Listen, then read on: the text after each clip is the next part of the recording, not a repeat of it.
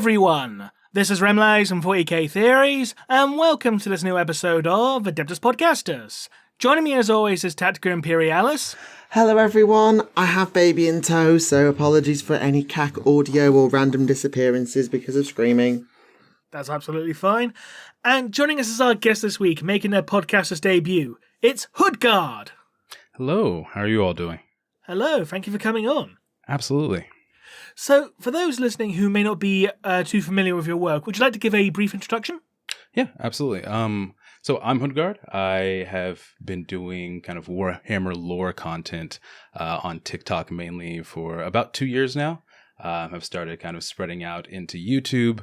Have gotten into mini painting recently, so kind of going down into that journey. But yeah, talk about all things lore, kind of do rundowns of new lore that comes out, book reviews, the whole bit. Awesome. And for those wishing to check out HoodGuard's channel, you can check the links in the video description below. So, in the news this week, Not a lot. It's mostly kill team stuff, I have to say, yeah. Yeah, for the most part. Definitely. So do we go with kill team, or do we talk about the Tides, or do we talk about Space Marine 2, or something else? Well, I think Kill Team is worth a quick mention, because I was at Warhammer Club tonight, and one of our new members, well, sort of members, I don't really know what term to use, said they're really into Kill Team, to the point that they've got a golden ticket to Worlds. They're an adult, for the record, and they've got a golden ticket to Worlds in Atlanta. So, yeah, I will probably pick up some Kill Team expertise, because you may have seen online, for my birthday, I caved and I bought the Inquisition Combat Patrol. Hey. Nice. Yeah, I got given some money by family, I caved, and I bought the Combat Patrol for 20% off from a reputable, friendly local game store. And having done that, now got the Inquisitorial Agents Kill Team. Admittedly, it has to be built for Combat Patrol, so it's not as flexible as I'd like it to be. Or having the copy of the Arbitrates Kill Team, the Exaction Squad. That gives me the options to play Kill Team more with them, as well as the fact I have the Traitor Guard Kill Team, the Blooded. I have Chaos Legionaries, which I could proxy as the Night Lords. I've got the Tau Pathfinders, admittedly without all the extra kit. And the same with the crew. I could do that just without all the extra kit, just by proxy. So it's one of them of, I hope I get a chance either to develop my skills with Combat Patrol or Kill Team. So I had a flick through some of the articles about how they're going to work for the armies I know, and it is interesting. It's such a different system mechanically to mainline 40k with, some of it looks really similar, but then you've got all these activation systems and different terminology for the same systems, and it's one of them of, it's hard to get a gauge at a glance and without sit down and actually playing it. And I think that's something I found is the best way to teach Warhammer in any system is just sit down and play the bloomin' thing. Definitely. There's one thing that did pique my interest in regards to Kill Team is some of the lore regarding the Hivestorm starter set. Mm-hmm. The size of that gun!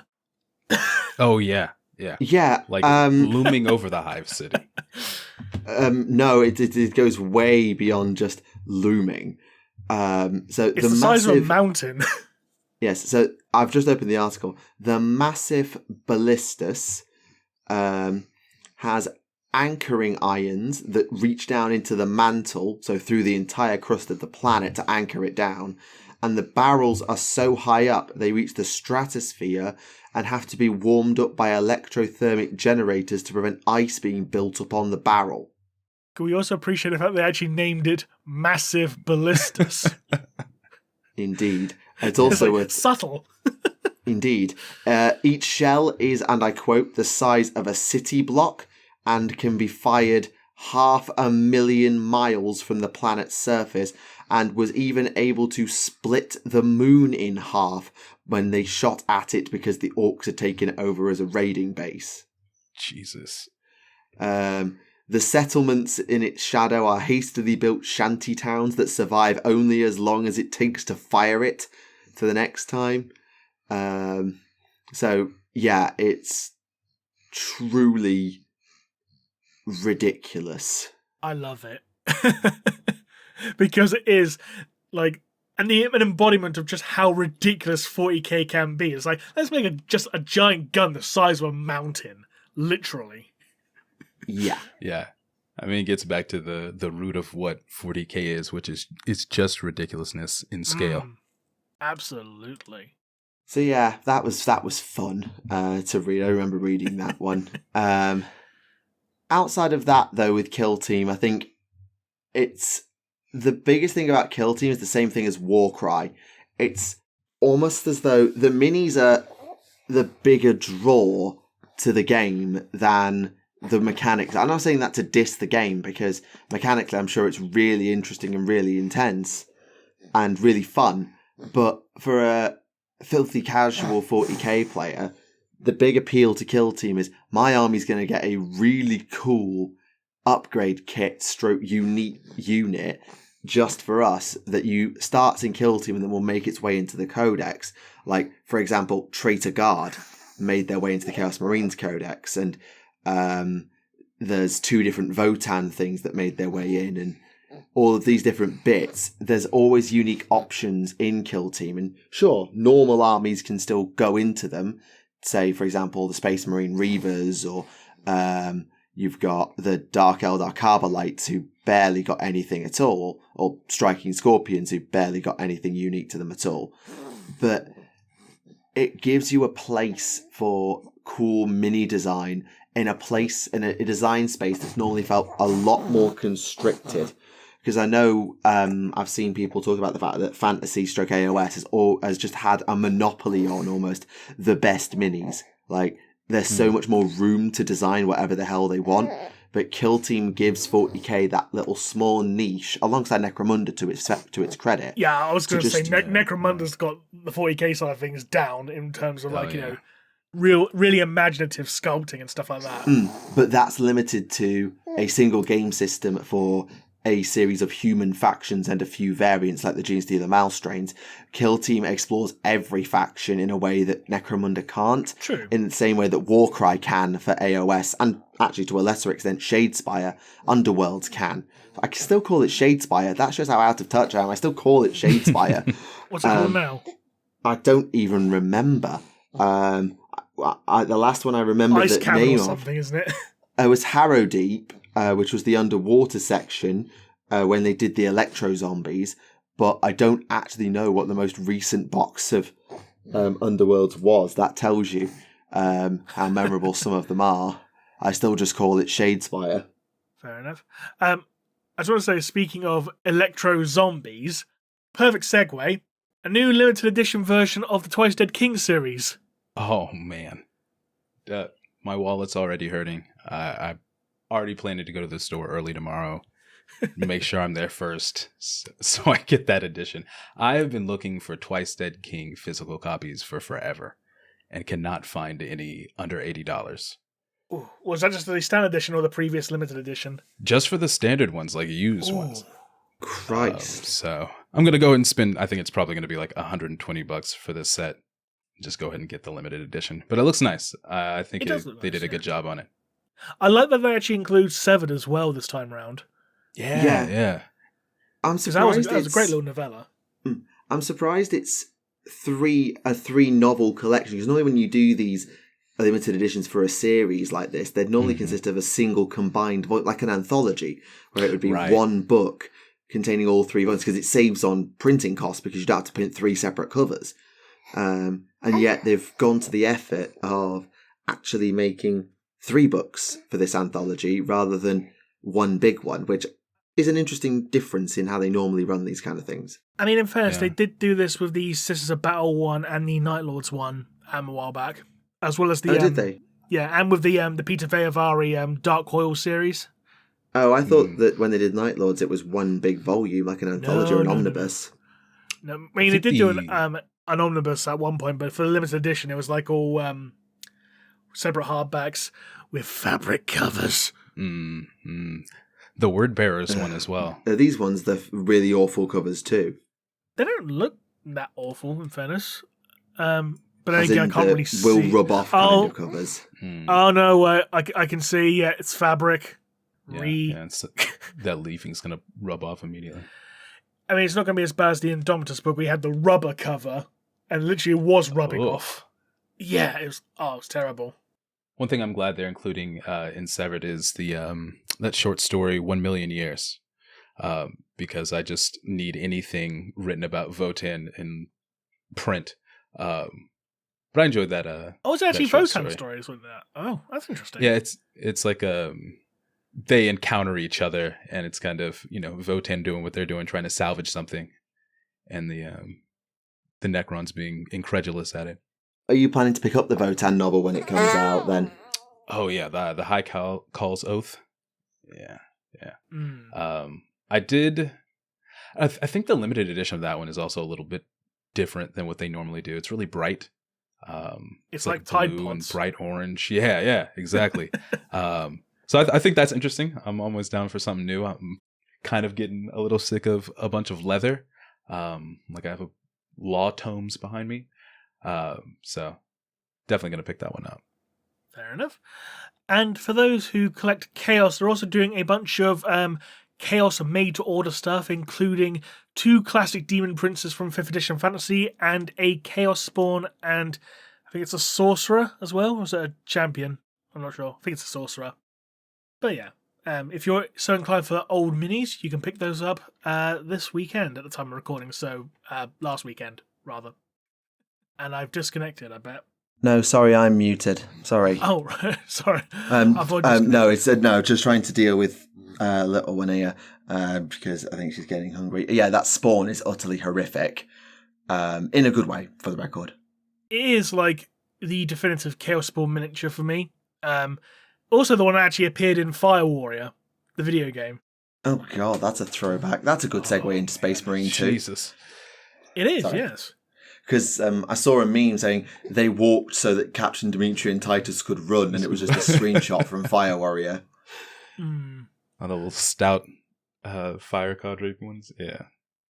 God, I miss Fire Warrior. Space Marine 2, have both of you finished the campaign?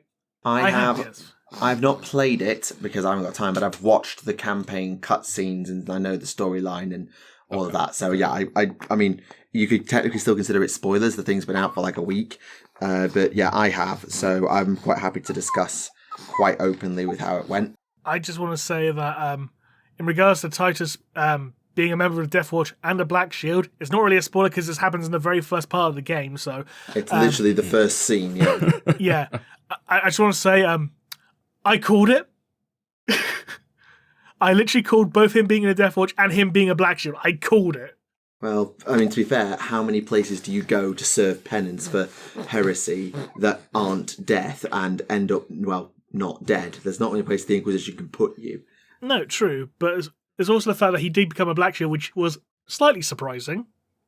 But yeah, I mean, it's still really cool, and the fact that, the reasoning for him becoming a Primaris was made really clear as well, because that was another question is, to become a Primaris, you've got to either subject yourself to the Rubicon or die and be revived by the Rubicon. And I was hardly of a mind that anyone was going to say, oh yeah, he's done enough to earn the Rubicon, because being a Black Shield on penance is basically a suicide mission. So it was interesting how they went about it, that, well, he died failing to launch a virus bomb, and for some reason Calgar decided that's enough, we can have him back now. Mm-hmm. The Calgar's motivations are not very well explained, because he forgive me that it took me so long to bring you home, and it's like, you're chapter master of the cocking ultramarines, you could have anybody you cocking wanted. It's but I was busy on Vigilus. I guess. Deal with quite a bit. Yeah. Also, that really kind of messes with the timeline, doesn't it? Because he did, well, in terms of setting up, because I know Calgar was the first one over the Rubicon, but Titus was in the Death Watch for 100 years, I think.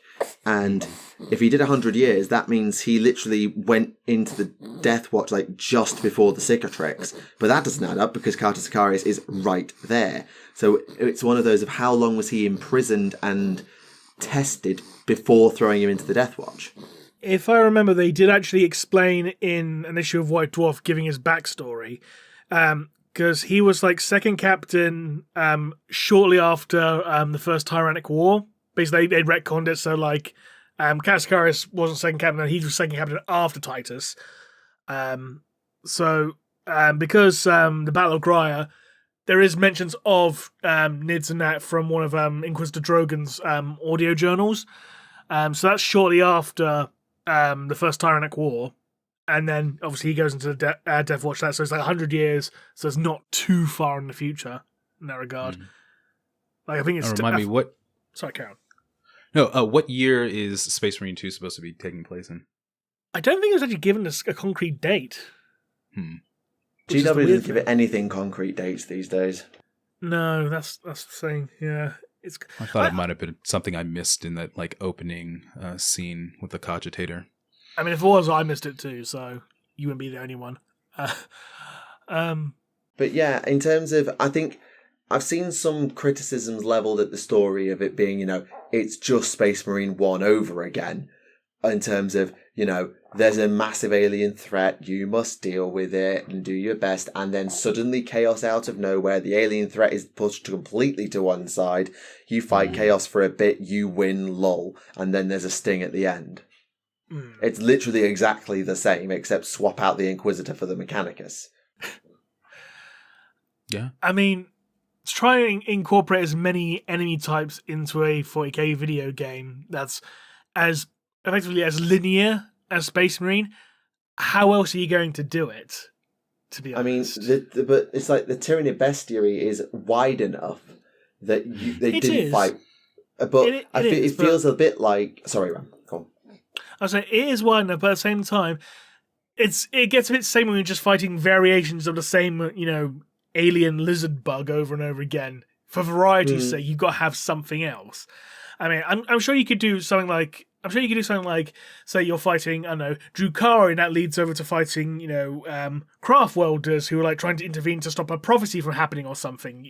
I don't know. Yeah. But it just sort of feels like Chaos Marines were shunted in, basically because they had the models for PvP.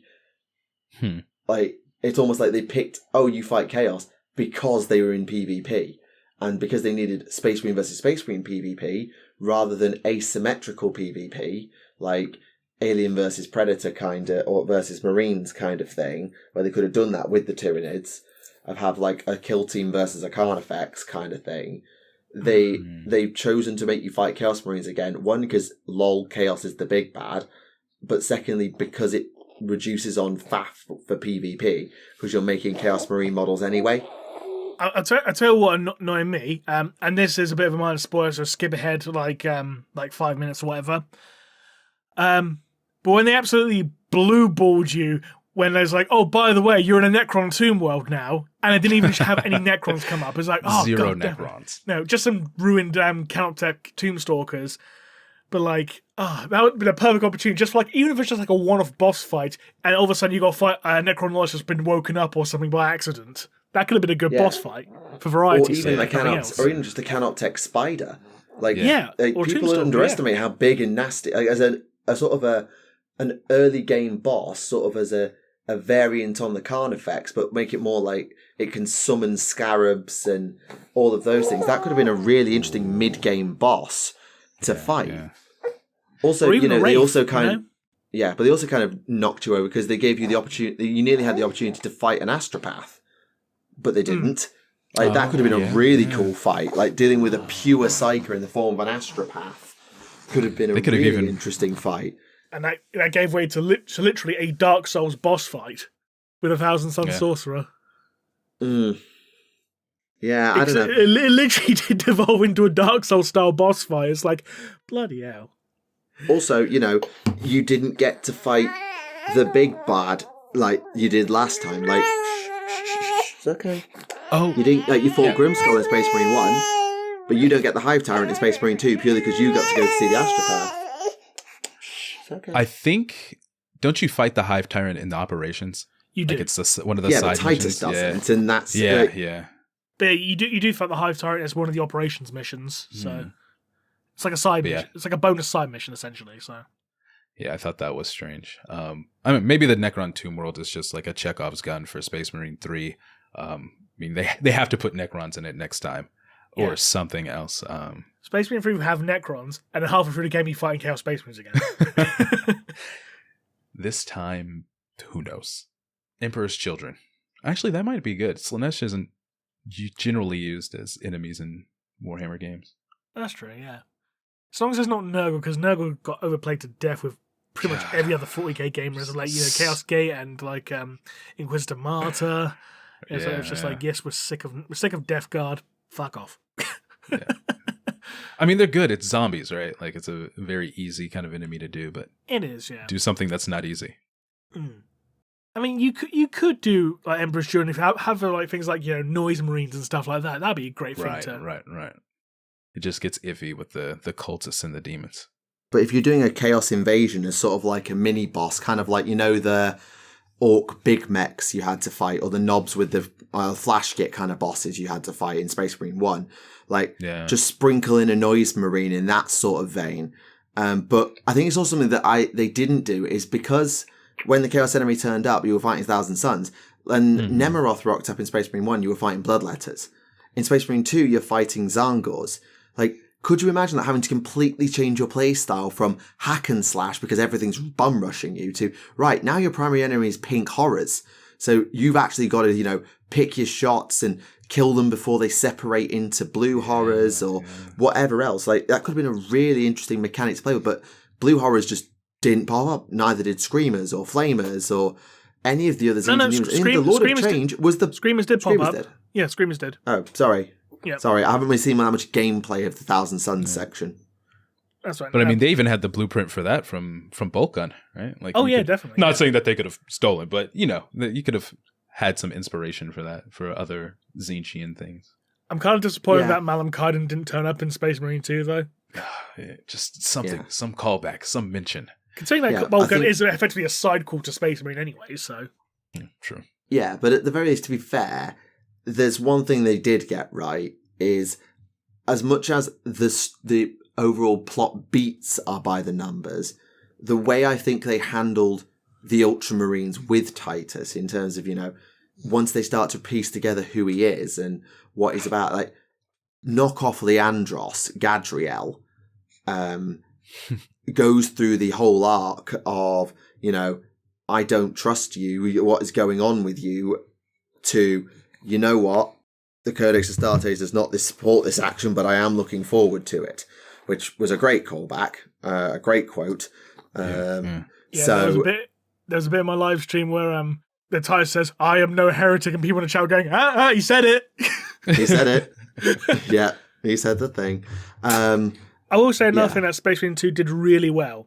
They really managed to capture the Nids as an all-encompassing, endless swarm. Yes. They did that really well. And performance-wise, the thing... Well, I can't speak for every player, but the thing seems to run like butter despite the sheer volume of enemies on screen and the amount of monstrous stuff you're doing and fighting. The game seems to run really well. That's really well optimized. It is. It is very optimized. And I've been streaming it a lot on high settings. And I don't have the newest stuff as far as my computer goes. And it runs perfect. No drop frames or anything. And I think that's also what's been kind of bringing people who are not necessarily Warhammer fans in, is looking out at, the skybox or the landscape and just seeing the hills moving with this Tyranid swarm and really encompassing how it would feel as far as they can, go to replicate it to be in that situation. It is beautiful. It is a great game. Mm. And the scenes where there's nothing but gargoyles just filling the sky completely and stuff like that. Right. It's yeah. Also, I just want to say, fuck that mission where you got to defend the antennae. Fuck that mission. Yeah. It's the only one I failed, I think. I failed that 4 times. It's God damn it. So is that you saying the game's too easy just with a mad difficulty spike? No, I wouldn't say that. I think in places it can be very cheap, like with the defend the antennae mission. That was very cheap, I felt. But I was going to say... there are some stability issues because, just randomly playing single player, all of a sudden, the server's crashed, just randomly. Yeah. They need to stabilize that, and also there are some crazy graphical glitches every now and again. You had in my live stream, you had Gadriel literally just like stuck in one spot, just like doing an Irish jig, on an ammo box. Oh dear. What did you make of Calgar being in it? Like, obviously, Grya's story was very much self-contained and didn't link to anything until, like, the odd mention in the Space Marine mega section. And then suddenly in Space Marine 2, it's like, oh, Marneus Calgar approved this personally. Also, I have a direct line to Marneus Calgar, apparently, and he's going to turn up and bail me out in my last stand. Like, and that's not a criticism. It's just an interesting change of pace to actually, put Calgar and the Victrix Guard and all of those things front and centre. Mm. And I don't know what you made of that, just as a general thought. I actually liked it, to be honest. Yeah, it felt like, oh, they're just trying to put Marneus Calgar in here, right? Like, it's a big name, it's the Ultramarines, Marneus Calgar. But I didn't mind that. I thought that was fine. I thought it was cool that he showed up, and he showed up really cool. So, I think when you kind of defer sometimes to the rule of cool in Warhammer, it takes the pressure off of, enjoying things. And I thought it was great. I loved it. I think he's also like the second major character in 40k to actually appear in a video game, I think, apart from, actually, third game. Who's the other? Third character, sorry. Because you had Asdrubal Vect appearing in Dawn of War Soulstorm. He was a boss fight. And Mortarion appeared in Chaos Gate Demon Hunters. Yeah, we don't count the mobile games. No, not counting the mobile. I'm talking about actual mainline games. Yeah. So Calgar, I think, is the third, yeah. Yeah. Because I can't think of anyone else. No, I can't top my head. And then obviously there's the sting at the end, and this is a spoiler, so skip ahead 2 minutes. I got that spoiled to me by a thumbnail, which was really irritating. But it was like, you know what? That makes total flipping sense. It does. Yeah. It does. Are we just gonna go ahead and rip the Band-Aid off? We've given them time now to skip ahead. Okay, excellent. So yeah, Leandros being the chaplain at the end. I made a video about this, but what I enjoyed that he became a chaplain. It makes total sense, like you said, for his character. But in universe, I feel like he probably rode him ratting Titus out. The coattails of that all the way to the vacant chaplaincy spot. And that just grinds my gears. Because I already didn't like him. But now you succeeded off of... Yeah. So many people hop in my comments and are like, listen, he was just following the Codex Astartes. And I'm like, go be a nerd somewhere else. The Codex Astartes is a set of rules, but how we live with those rules is the true test of us as ultramarines. There we go. That's... one thing was funny. I went back and I watched the cutscenes of Space Marine 1, and I didn't realise at the time, especially compared to 2, how quiet everybody is. Like, you listen to like Mark Strong delivering Titus's voice lines in Space Marine 1, and his voice never really goes above just neutral. It's like, stand fast, ultramarines. We can handle a few orcs. And that's how he delivers the line. Like, Titus is... It's almost unnervingly calm. Yeah. At all times. And I know that's just the direction he was given, but compare that to Titus from 2, and I'm really sorry, I've forgotten who the VA is for Titus in Space Marine 2, but they managed to convey a lot of emotion. But then again, he's been through 100 plus years of crap. He's been through a lot. Yeah. Also, if I find it, I'll post a picture of the meme I saw on Twitter. It has, the old friendship ended meme. There's like, friendship with Leandros ended, now Gadriel's my best friend, or something. Yeah. I do think they handled it really well, and much as the story's a bit paint by numbers, it's still, take everything that was good about Doom in terms of gunplay, melee play, etc., layer in the 40k aesthetic en masse. And something Kyrios said in their video about it is about the amount of neat little references and Forge Worldy things that they didn't have to include because most people wouldn't notice, but they put them in there for the nerds and the diehard fans. Yeah. So it does seem like it's gone down really well and it's done a really good job with it. I will say this as well.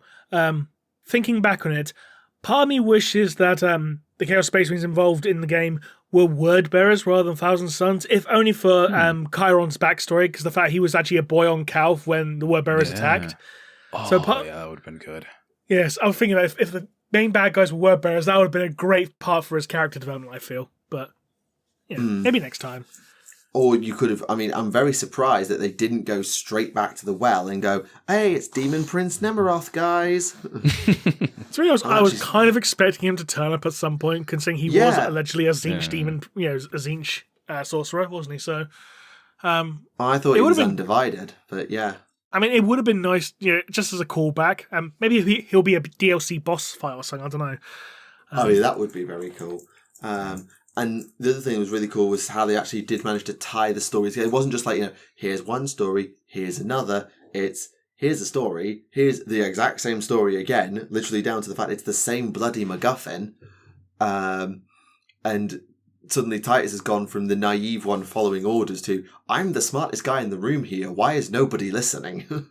I also need to double check the events of Bolgun, because I'm fairly sure, the MacGuffin is basically what Madame Kaido goes after, isn't it? Yeah, the power source. Yeah, so it's like, hang on, how did the mechanics get it from Kaido? What? I need to double check, because it's been a while since I played through Bolgun's story, so... I don't remember either. No.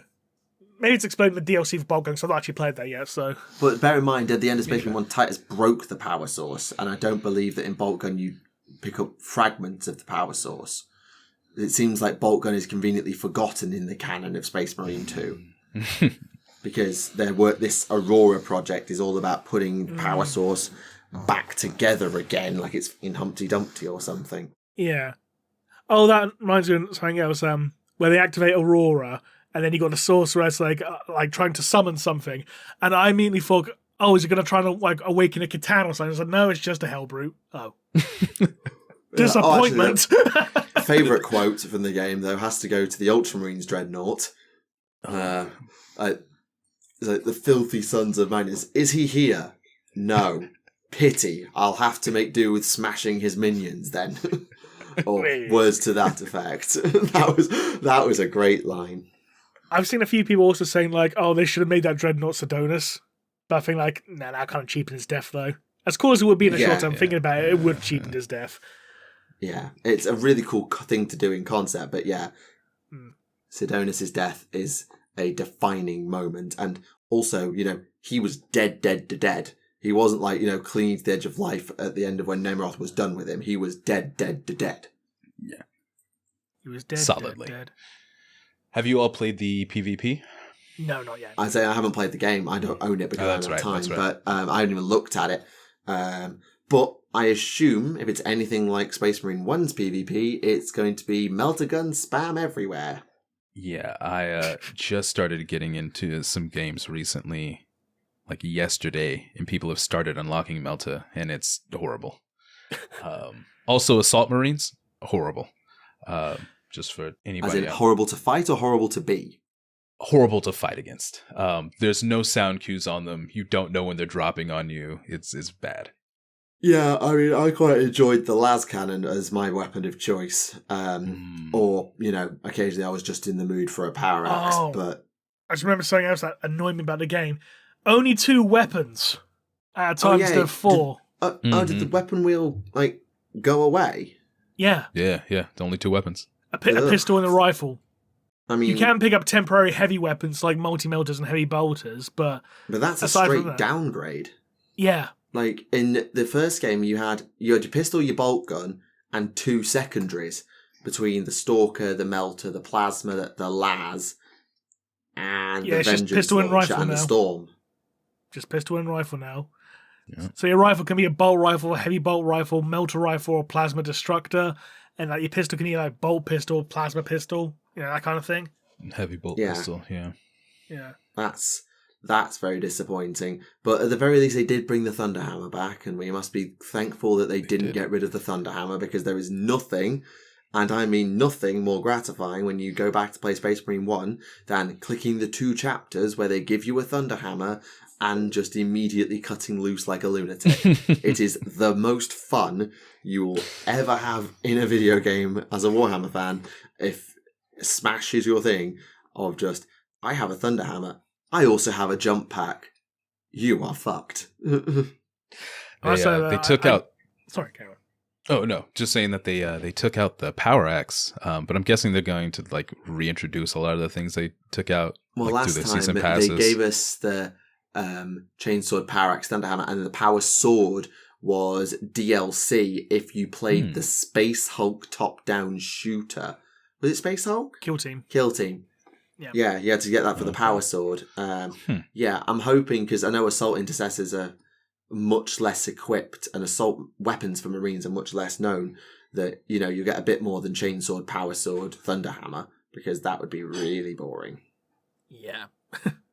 Give us lightning claws, you cowards. Or power fists, or actually, no, chain fists, because execution kills with chain fists would be hilarious good fun. Yeah. There's power fists, but they're unlocked pretty late. I don't think I've fought anybody with a power fist yet. I guarantee as soon as you do, someone's going to be shouting into the voice chat, I cast fist. Yeah. Or something less appropriate, but we won't say that on the air. And I also hear that a lot of people online are playing as Black Templars, which leads me to the next segue. New Black Templar novel coming out. Yes, this is a very interesting book as far as I'm concerned. It's called Crusade or Crusades? Broken Crusade. Yeah. Sorry, I know you called it Crusade Lost for some reason. Crusade Broken. Squad Broken! Yeah. Sorry. Yes, so long and short of it, the Black Templars of the Second Dorian Crusade have been scattered by a violent warp storm, leaving a single ship battered and alone in the void, and must find their way to a planet on their own. So, yeah, they haven't really done a lot about how it goes, but it's an interesting place to take the Black Templars. Of, you know, they're all about this sacred brotherhood on crusade, and then suddenly, you know, now strand them, leave them on their own with nothing but their thoughts, and, well, see what happens. I was just looking at his shoulder pad, and for a minute I thought I was making a Fortnite reference for a brief moment.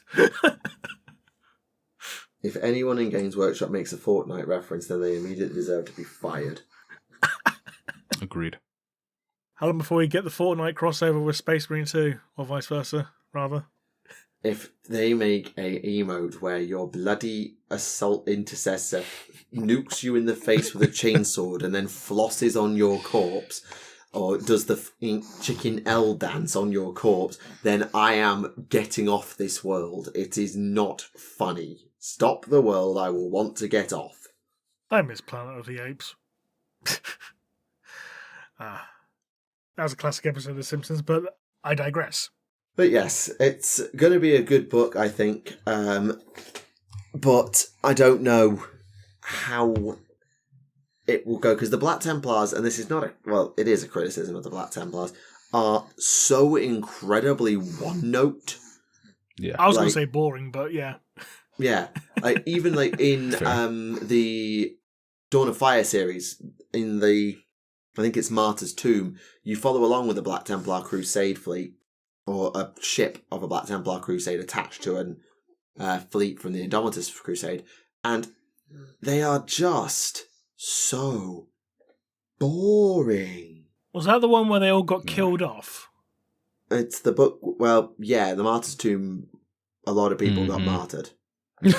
Yeah, everyone almost. Yeah, but yeah, I think the Black Templar basically and the Death Guard leader both died at once, as I recall. Yes, it wasn't a very good book, I'm afraid. No, it wasn't. Have you all read the Morvenval book? I haven't had a chance yet, no. I'm currently going through the Lilith Hesperax novel. Okay, got you. Yeah, and I've gone back to Ahriman. The fifth book, Undying? Or yeah, I'm about 2 chapters in. Gotcha. Yeah, Morvenval was really good. It was Sororitas versus Night Lords, but there was, a contingent of Black Templars there. Because of course there is on really Ophelia. Boring. Honestly, I thought there was some really good kind of tension between the Castellan and Morvenval. Him really trying to assert his authority as like the protector of Ophelia 7, and kind of trying to reconcile that with who Morvenval is. It's like, bro, I'm the Abbess Sanctorum. You cannot overrule me. And of course, you know, it's written by Jude Reed, and so it wasn't in a way that's like sexist, right? It's not like, oh, she's a woman, she's not, you know, strong enough or whatever. But really kind of questioning her motives as a High Lord, right? Yeah, and all I've got in my head now is this castling, respect my authority, a fucking High Lord of Terror, and then just finding out what happens. Yeah, exactly. But right up your alley, though. Remember, it's got Night Lords in it. Yep. Very good. A very, very good Night Lord antagonist, I thought. Nice. And speaking of people who like to stab things, new Blood Bowl star player. A hobgoblin of all people as well. Yes, this is Rashnak Backstabber. How appropriately named. Yeah, plays with the Chaos Dwarves as the Hobgoblin star player. Very good at poison and obviously backstabbing. Because, you know, what else would he do? He also pairs well with the other Chaos Dwarf star player, Hathark the Unstoppable, who's the Bull Centaur. Yes, I think... Did we talk about him in the previous episode? No, we didn't. Yes. We talked about the team, but we didn't talk about Hathark. Yes, so this player is 9 feet tall, 1,800 pounds, and literally got into a fight over some drinks, turning so much property damage and a night in the cells to the point that the football team immediately went, yep, we want you. Are we sure this isn't just Lehman Russ in disguise?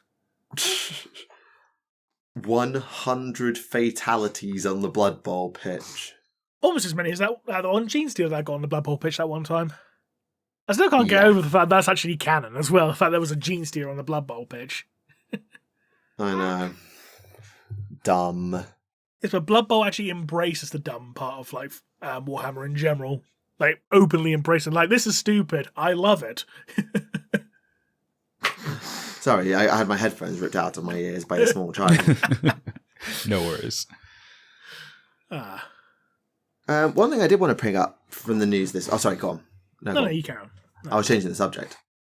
They're bringing back the Anvil of Apotheosis to Age of Sigmar. Oh. It's going in each book, in each battle tome.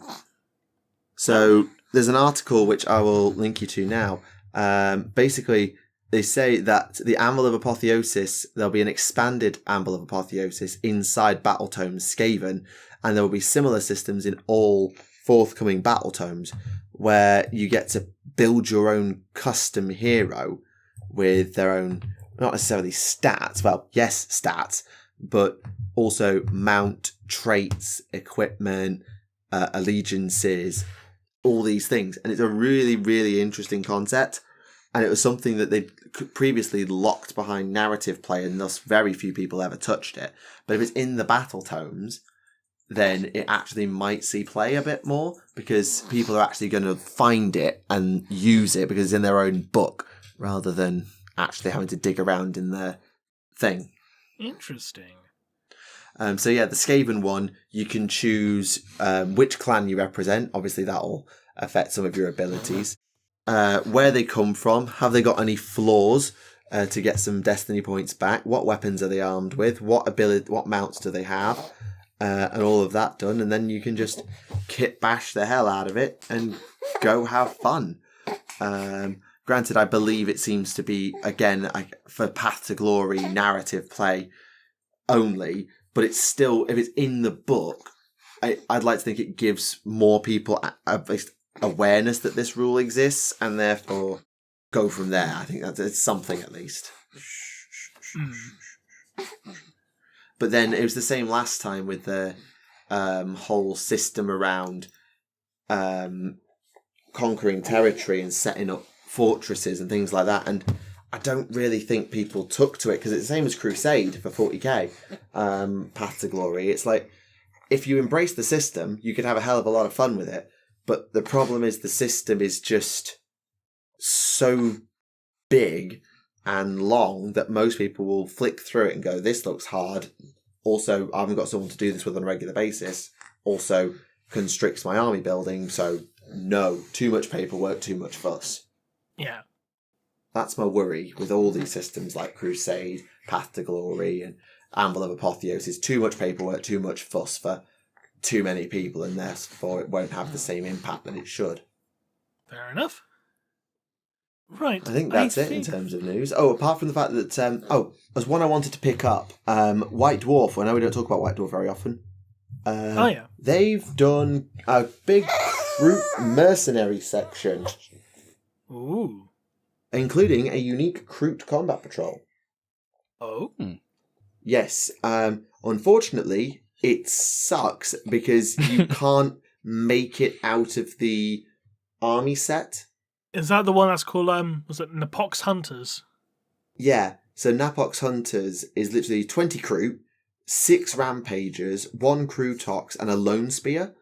And what that means is that if you bought the crew army set, you've got 20 crew, a crew tox, 3 rampagers, and 2 shapers, but not a lone spear. So this doesn't actually sync up with the army set, which I thought they would do. Although this is a sort of also encouraging those players who bought the Recruit army set to, hey, this is what you do to finish off your Recruit army now. Right. I don't know. It's just, as someone who's dabbled in crew and picked up some new crew, like I picked up a box of rampagers, I picked up a crew tox. It's just like, oh, well, this is annoying because that means I need 2 squads of rampagers and another hero just to play it. And annoying. Yeah, I can imagine. They've also done a special Crusade because the Tau Crusade is all about conquering worlds and star systems, which, yeah, okay, Crew could do, but it's more a Tau thing than a Crew thing. So they've got their own mercenary tribal Crusade system, which they don't do into massive detail here, but still interesting. I have to read through that one. Yeah, it's White Dwarf 504. So it's one of those, if I get the chance to pick it up, I might, but as I've said before with White Dwarf, I'm paying £8 odd, and I won't get that much use out of it. But this, if it was something I could actually see myself playing, because, you know, it wasn't the Crew army box plus 2 more units just to play, then I don't know. Yeah, I found recent issues of White Dwarf have just been very lacking in general, I found. Because, like, I bought the one that had the article about the Leagues of Votan, because they said, I was like, it's all this new League of Votan lore, and most of it, pretty much all of it was copy-pasted from the codex. I was like, it was a waste of bloody time. But aside from that, it was just seemed very lacking in content. Like first quarter of the magazine seems taken up with the entire bunker section. You know, stuff like that. Which is, you know, it's cool if you want to see, but the problem is the bunker section is mostly showing off fan-made models, which is cool and all, but doesn't need to take up a quarter of an issue, and what people in the bunker have been doing, which is cool, but it's a Warhammer community article. Yeah. But it takes up, as you say, a quarter of a magazine. Like, I'm not saying White Dwarf needs to go 100% digital or anything like that. I think it has its place. But they could really do with streamlining it down to, these are the things we want in here of the new rules, battle reports, painting showcases, whatever. Distill it down, and then anything separate, like, just doesn't need to be there. No. But then again, at that point, do you take the character out of the magazine? Because there was always a thing with White Dwarf of, like, editor's notes scattered through it, and standard bearer Jervis Johnson before he left, and you had your editorials at the front, and you had all that stuff. White Dwarf used to be a catalogue, a lore article, a rules article, a battle report, and a painting tutorial, and maybe one other thing. And that, but it was only £4.50. Now it's twice the price because it's got glossy, fancy paper, and the amount of content in it feels like it's actually reduced. The funny thing is, you say about the glossy paper, I think the paper in the newer issues feels even worse than the old issues. It is, because, like, I've just got a copy in my hand, issue 224, with back when White Dwarf was £3.50. And just to give you an example of what this version had, obviously you had, like, you know, your news, like, you know, some store events happening. Then it goes into an article about Warhammer Siege, how to make moats. Then it goes to like a Legion of the Damned Army list for 40k. And then it has a comic for Mordheim, and rules for Mordheim, back when it was in the beta stage. How to make Possess, an article about how to properly do close combat for Warhammer Fantasy. A Warhammer Fantasy scenario. Pit slave gangs for Necromunda, advertising new Realm of Chaos models, Chaos Cultists for 40k, Epic 40,000 article, a Warhammer Fantasy Siege battle report, and then you had like the catalogue right at the end. And it just had so much more character, and even though the magazine itself was less pages overall, it had more stuff in it, ironically. Yeah, and I got in at 5th edition. I'm not going to count the 5th edition issue because that's it's a new edition issue. It's going to be really heavily loaded. Yeah. But and it's also like, staff armies as well, like, staff members like Talon Desert Raider Army, for instance. I mean, they have that in the modern bunker too. Yeah. But I'm saying, like, we had all that stuff crammed into like half the pages. Yeah, but 356, which was the first issue after 5th, was the Dark Elves Battle Tome. Sorry, Army book, old terms. And you had the full catalogue up front of everything that was coming out for fantasy. There was still some remnants from the new edition 40k. I think there was some Forge World stuff because there was Titan stuff and all this. And then there was a full lore interview, play style interview. Like, there was a full sit down interview with, I want to say Gav Thorpe. I don't think it was Matt Ward. He came after that. With Gav Thorpe about the Dark Elves. So, who are they? How do they play? What's their background?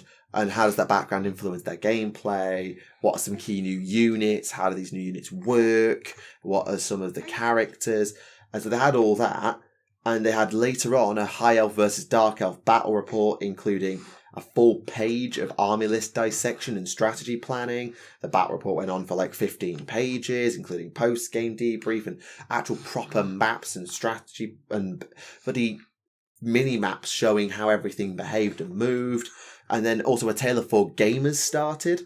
A Tale of Four Gamers 40k, so had 4 new armies being started, which you got their own glossy double-page spread with their starter armies, which was Introduction to Huron Blackheart, the backstory behind all that. There was still some other stuff in there for 40k. There was Lord of the Rings stuff. And this was at a time where most of the stuff like Mordheim, Necromunda and stuff was gone or on the back burner and didn't really get any time. And yet the thing still felt jam-packed with content to the point I read it over and over and over and over again for a game system I didn't even play. Whereas now I pick up White Dwarf, I read it once and I put it down again. Yeah. I mean, I still regularly read old White Dwarfs, like, again, back from 2nd edition 40k. Like, the issue 208 where they introduced Epic 40,000. I still read through that one regularly. I don't know about you, HoodGuard, in regards to old White Dwarfs or anything like that. So I've actually just started collecting White Dwarfs. I have the past 9. So fair. Couldn't tell you about the older quality other than did they change the size of them recently?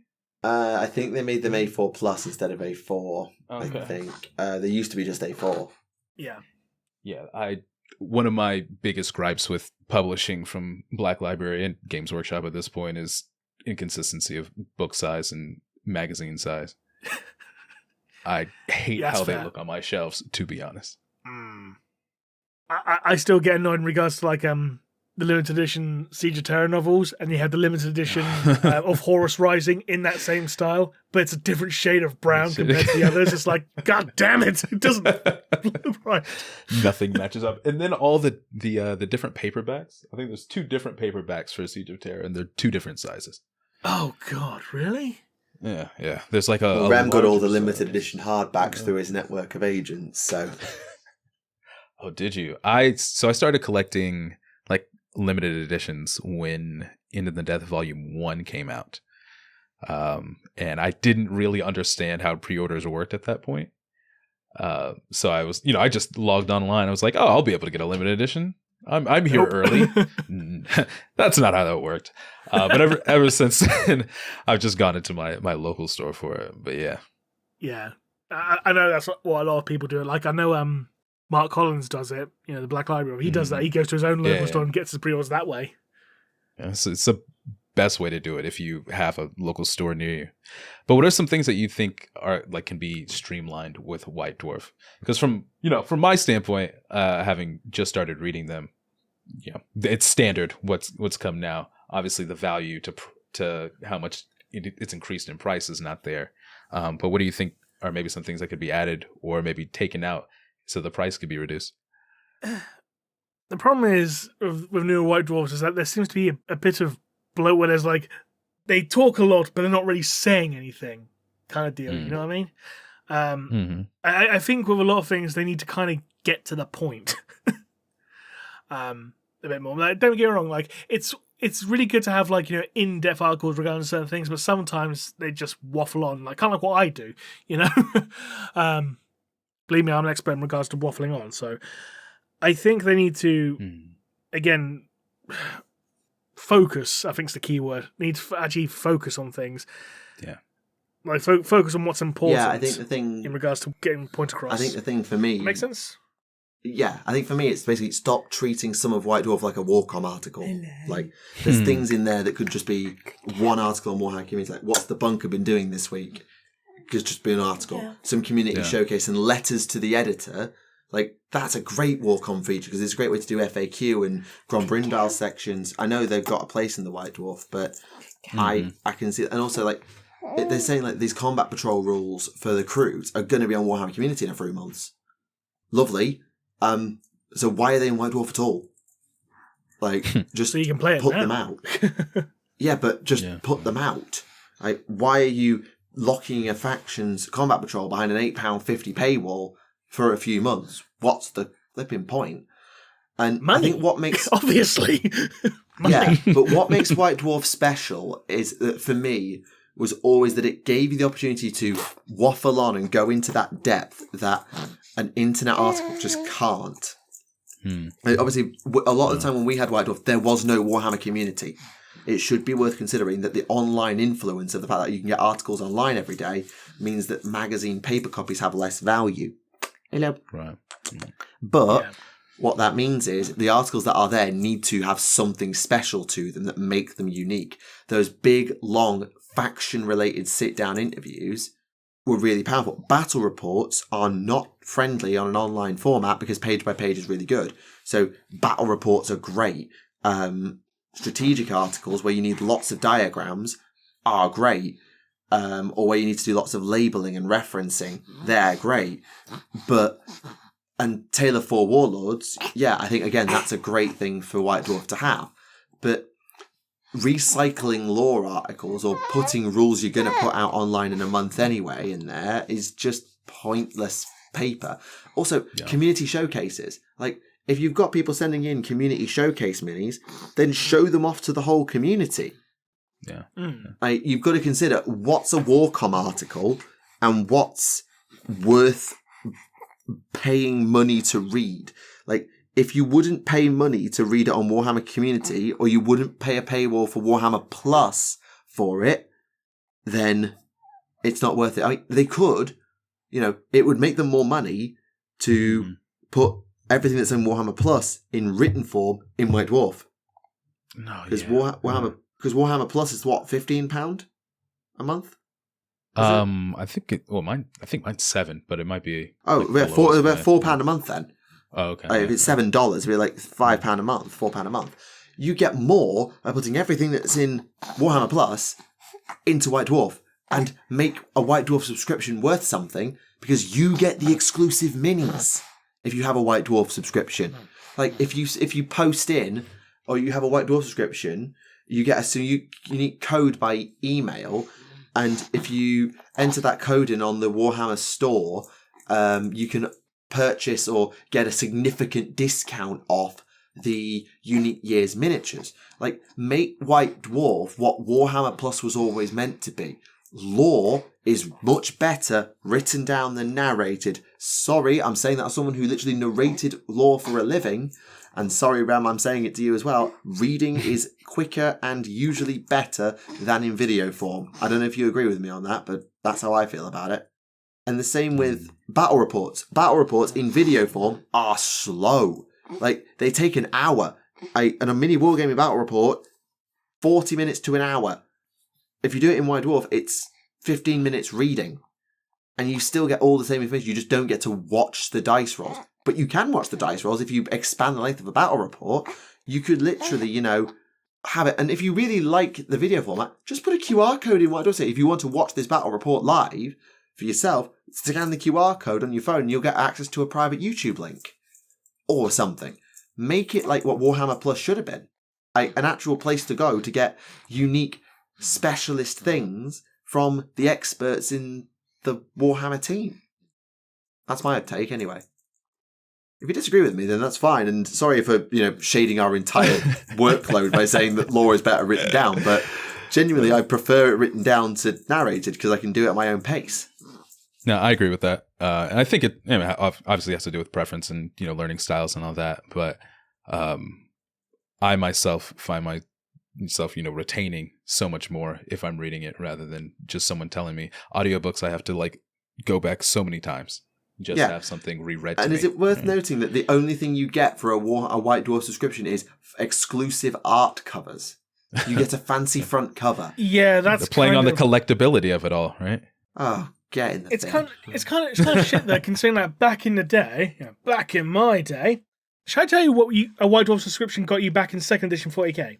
If you took out a 1-year subscription, which cost you 40 quid, you either got a army book or a codex, or you got a supplement such as Dark Millennium, Warhammer Magic, Digger Knob, any Warhammer army book or any 40k codex. However, if you took out a 2-year subscription for £75, then you could pick one of the 5 big games at the time. So you can either get a free copy of Warhammer Fantasy, Warhammer 40k, Epic 40k, Gorka Morka, or Space Hulk.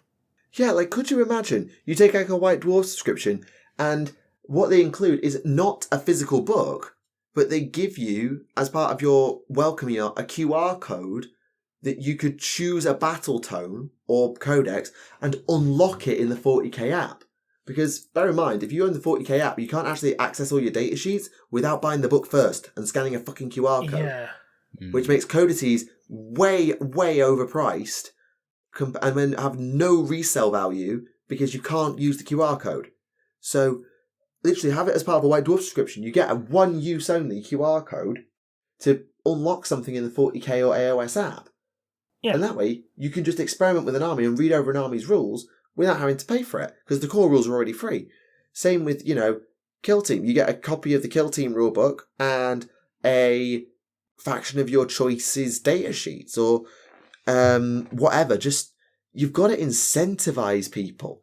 And even if that's just the Warhammer Plus mini every year, you get a free copy of that, even if it's just that. Because bear in mind, Warhammer Plus people have to buy the mini on top of their subscription. Isn't it count as free, though, for that year or whatever? One of them is free. You have to buy the other one, though. Right, okay. Oh, right. Well, they could do that with White Dwarf just as easily. I genuinely feel White Dwarf should be... Because do you remember what the backlash to Warhammer Plus? Yeah. Imagine they said everything that's in Warhammer Plus is going into White Dwarf. It's going to cost you even more, but it's in paper. People would not care. I genuinely do not think people would care if White Dwarf had Lore Masters and Citadel Colour Masterclass with QR codes to videos built into them and battle reports and all the things that Warhammer Plus does. Granted, the other thing it wouldn't have is the animations, but let's be honest, you're getting all these animators. Why are you putting their work behind a goddamn paywall? When you've hoovered up all this animation, why is it all behind a paywall where no one can see it unless they pay for it? You're not Netflix, mate. I think we should be careful in regards to going off on Warhammer Plus again, because we do that quite a lot in fairness. I think people are getting sick of hearing about it. But I'm only saying it because if you took everything that's in Warhammer Plus and put it in White Dwarf, everyone will be happy with that, I think. And if comments correct me, then I'm fine with that. I think as someone who actually does not play the game and is really only here for video games and lore and painting, I really want some type of separate lore file PDF that I can buy that's in a codex, because I'm not buying it for the rules. I have a lot of codices now, but I'm buying them for the lore. So if they had some type of subscription or level in White Dwarf or on Warhammer Plus that would include those, I would love that. Just putting that out there. And to end the White Dwarf conversation on a slightly more somber note, as some of you may be aware, former editor of White Dwarf, Paul Sawyer, who went on to co-found Warlord Games, he's recently been diagnosed with brain cancer. But the Warlord are putting out a special charity miniature of Sergeant Paul Sawyer, and the proceeds will be going towards a brain cancer charity. So there will be a link in the video description for those interested. Yeah, it's always horrible to hear. Because he was the editor of White Dwarf back in like my day. Like he was, his White Dwarf was my White Dwarf, essentially. He was like the man behind like what I feel was the best era of White Dwarf. Yeah, I'm later than that. Like I say, 2008, 2009, 2010. But even so, even just hearing that someone in our community is going through something, I'm not taking away from anyone else, but it is always a horrible thing for anyone to have to go through. And it's, yeah, I don't really have the right words for it. I hope that whatever happens next goes as well as it can. Yeah.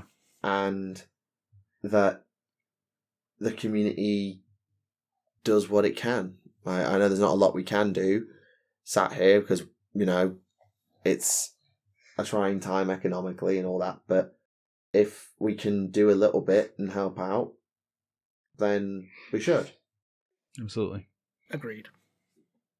There's no way to change the subject without coming across like a dick, so I apologise. So, Neve, you said you've been reading through Loon Rising, didn't you, last time?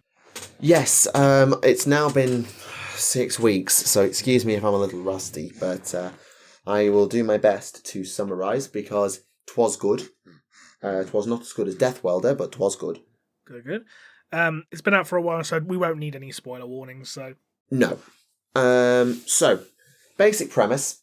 A extremely tiny, weedy, bum-leg grot is getting bullied by the Loon boss, shoved into a pile of dung, at which point he should really suffocate to death, but he doesn't, and he kind of has a bit of a Gazkul-style epiphany. If it wasn't dung, would it be more of an epiphany? Hey. Remleiz. At that point, he begins to feel the clammy hand, which is the power of the bad moon, on him, and also gains the power to basically wield insects like a weapon. Like, magically. He sort of becomes a shaman by nonsense, and gains the power to basically wield a living carpet of insects wherever he wants. So they're think old Zogwart, but he could actually order the snakes around. Nice. So he also becomes very good friends with a Dankhold Troggoth at this point. They're the big, really big, stupid ones. Yeah. And they very much go and show the old boss who's boss. Via the medium also of a thing known as the Lurk, which is some sort of creature living in a lake in their cave system. But there's not really any detail about what it is. It's some sort of, Mortal Realms creature that we'll never be able to identify because only Grots have ever seen it. Anyway, he becomes the Loon boss, and he's like, the old boss was small fry doing raids on the local trust. We're going to do much better than that, etc. To which his guys go, okay, and what? And they go to attack a city. Now, this city is built into a mountain, because realm gates and all that. And the perspective jumps between two people, the Grot and a sorceress, whose name escapes me at this time, who is the leader of a witch coven, essentially, in the area. Excuse me, do not rip my headphones out, thank you, baby.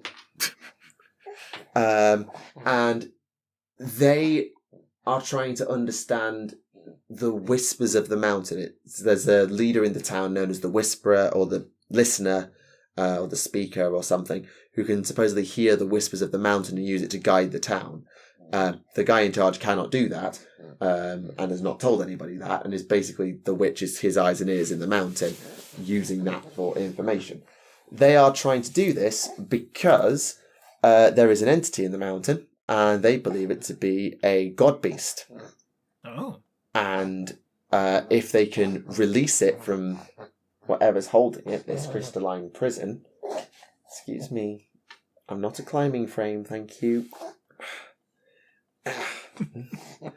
Sorry, I'm being used as a climbing frame. This is kind of difficult, but I'm doing my best.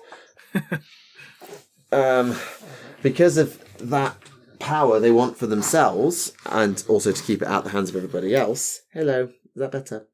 They're trying to get it out. And you're thinking, well, these two things are not going anywhere. And then the two perspectives align, because the Grots attack the town and get stomped. Like, they don't even reach the walls because of all the guns, and the Mage Coven kind of stomped.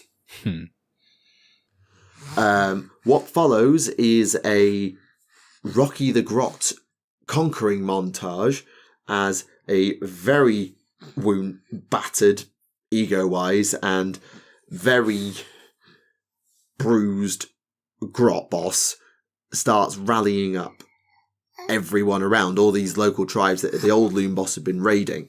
So they sneak into a Arachnarok nest in order to brain control the god spider Arachnarok of the local Spiderfang tribe, and by brainwashing it they can claim ownership over that entire tribe of Spiderfang. I wish I was kidding. They actually sneak into a Spiderfang base to go up to an Arachnarok nest so that one of the Gobapalooza can hypnotize it. Yeah. And then from there, there's also, they need to sort out the mage group with the Spangle Stick, and that's literally its name. This superpower mage staff. And they try to infiltrate that. That doesn't go very well. And then I can't remember exactly how it went, but there was some cunning stratagem in the back end that manages to see the old shaman killed. I think it wasn't through raw magic. I think it was through sneakiness and dumb luck, because Grots. And then the third one was taking on a Grot tribe who follow around the Troggoth herd, because you see, the lead Troggoth has a bum leg, like the Grot boss, and that means that he's constantly walking in circles, but he doesn't realise because he's too stupid. And the rest of the Trogs are too stupid to realise as well, so they just walk in a circle, bulldozing everything in their way. It's a very, very big circle. But this Grot tribe with lots of wagons and things like that are constantly following them around, so they get the hypnotised Arachnarok to weave basically a ginormous net in a valley to stop the Trogs from walking while they disable all the wagons, and then say, use work for us now, lol, and point the Trogs at the city. Meanwhile, the sorceress is completely unravelling in the background because she's either got too close, and then her apprentice, whose name is Lynette, I've remembered her name, starts saying, this isn't right, this isn't like you, what are you doing? And she's just completely lost it. Like, absolute power corrupts absolutely. It's not chaos or anything like that, but the god beast gets in her head and then gets in her body, kind of thing. To the point that when the Grots attack the city again, they do a lot better, because now they've got Arachnaroks and other spider riders and twig hoppers and Troggoths and proper wizards and all of that. They do exceptionally well. And they take the town without even trying, but they're like, we want the mountain, because the mountain's going to be the perfect place for the Bad Moon to look down on us, and the Bad Moon does show up. And it'd be a perfect new place to live, because Grots like the dark. So they attack the mountain, the spider dies in a cave-in, and eventually the shaman and his Troggoth make it to the central chamber where Mage God Beast awaits, and final boss epic battle of history, which ends up killing the Troggoth. Like, that takes some doing. Like, Troggoth regeneration is insane, and the God Beast just rips it apart. But through the power of the Bad Moon and probably some stupid magical bullshit, because it's been 6 weeks and I've forgotten, the Grot boss wins, and the God Beast is defeated by a fucking Grot. Well then. And he then proclaims himself the new Loon King. Yes, we know Scrygrot exists, and he knows that too. It's like, I'm the Loon King now. It's like, oh, okay. And then the book ends with like, there's emissaries here to see the Loon King, and it's like, oh, right, we're going to have to go after Scragrot now. Fade to black. I apologise that that's not a great summary because, like I say, it's been 6 weeks. I am rusty. But That's fine. It was really good and really well paced, because I was saying when I started reading it that it was jumping between these two perspectives constantly, and it seemed like they were never going to really go anywhere. Then the next chapter, the big battle happens, the Grots get schooled, and suddenly it's like a Rocky 3 training montage of conquering every Grot in sight, whilst the sorceress just completely unravels in her own delusions and magic into the point of ripping the defensive lines apart because of discord in the ranks and everything else. So it was a really interesting watching two different perspectives of the same story, and watching how one side fell apart while the other side put itself together, and how the Grots went from random rabble rousers to an organised army, while the humans go from a really well drilled and well backed up militia with mage support to a complete mess that can't even win a fight with a god beast against a Grot. But yes, very well worth a read if you like your Sigmar. I don't think it was quite as good as Gloomspite, the original Gloomspite Gitz novel, but that was set from the human perspective more than the Grot perspective. Right. As a Grot's perspective book, it's really good, and I do recommend it to any, even 40k Orc and Grot interested players, because there's a lot of similarities there of, what would happen if a Grot rebellion attacked a human city, what would happen next, kind of thing. Yeah. I've recently started getting into orc books, through Brutal Cunning and the Big Daka and the Gaskell book. All but very I would good. like more. I would love more. They're so good, even though they're, speaking like orcs, but it is a surprisingly good writing to me. Mike Brooks is very good at his job. Oh, yeah. One of my favorites. Have you had a chance to read through Evil Sun Rising? Are Myself? you asking me, or are you I'm asking Hood. Oh, no, I have not. I only am really reading 40k and 30k books. I have yet to get into... Oh, no, Evil Sun Rising is a 40k book, yeah. Oh, it is? Yeah, it's the same cast of orcs from the Prophets of the War audio drama. Oh, okay. No, I have not. Oh. There you go, that's the next one on your list then. Yeah, I did my next book purchase wave recently, so I've pre-ordered the next Dawn of Fire, Hand of Abaddon, because I feel like that's my job for the podcast, is to read Dawn of Fire. It is. And then I've bought the Armand book, I've bought a Sigmar book, and I think I bought one of the 40k book. I've left my phone downstairs with all my ebooks on. I bought the Wraithbone Phoenix as well, one of the Warhammer crime novel. Oh, yeah. So the Rattling and Ogrin story. Yeah. I Warhammer bought that. Crime is underrated and very good. How much have you read either King of the Spoil or Flesh and Steel? Because they're the two I've read. King of the Spoil, I've read. I was That's when I was first getting into Warhammer books, I was trying to, branch out, read a little horror, crime, 30k, all that. But King of the Spoil was the first one I read. It's fantastic. It really is. Recently, I've gotten Demon Breaker, Demon Hammer. Oh yeah, I bought that actually. I bought Demon Breaker, the Kotias book. That's the one I couldn't remember. Yeah, and then Oaths of Damnation, which I'm reading right now, and I'm banned from buying that because Rem is going to buy that. It's so good. Yeah, you can buy it.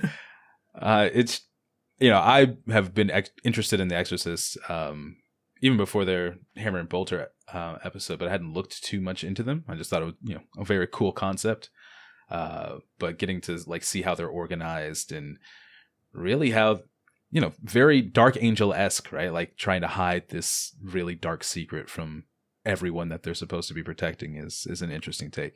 Yeah, right. Excuse me, I'm just going to put the baby to bed. Yeah, of course. That's all right. Well, as I said earlier, I've started reading through the Lilith Hesperex novel. I'm only about a quarter of the way through, but where I've gotten to so far ends in a natural cliffhanger, so I can talk about it so far.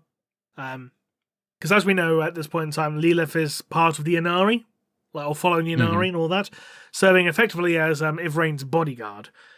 And we open up with a scene on some random world where the Inari are fighting demons of Slaanesh, because of course they are.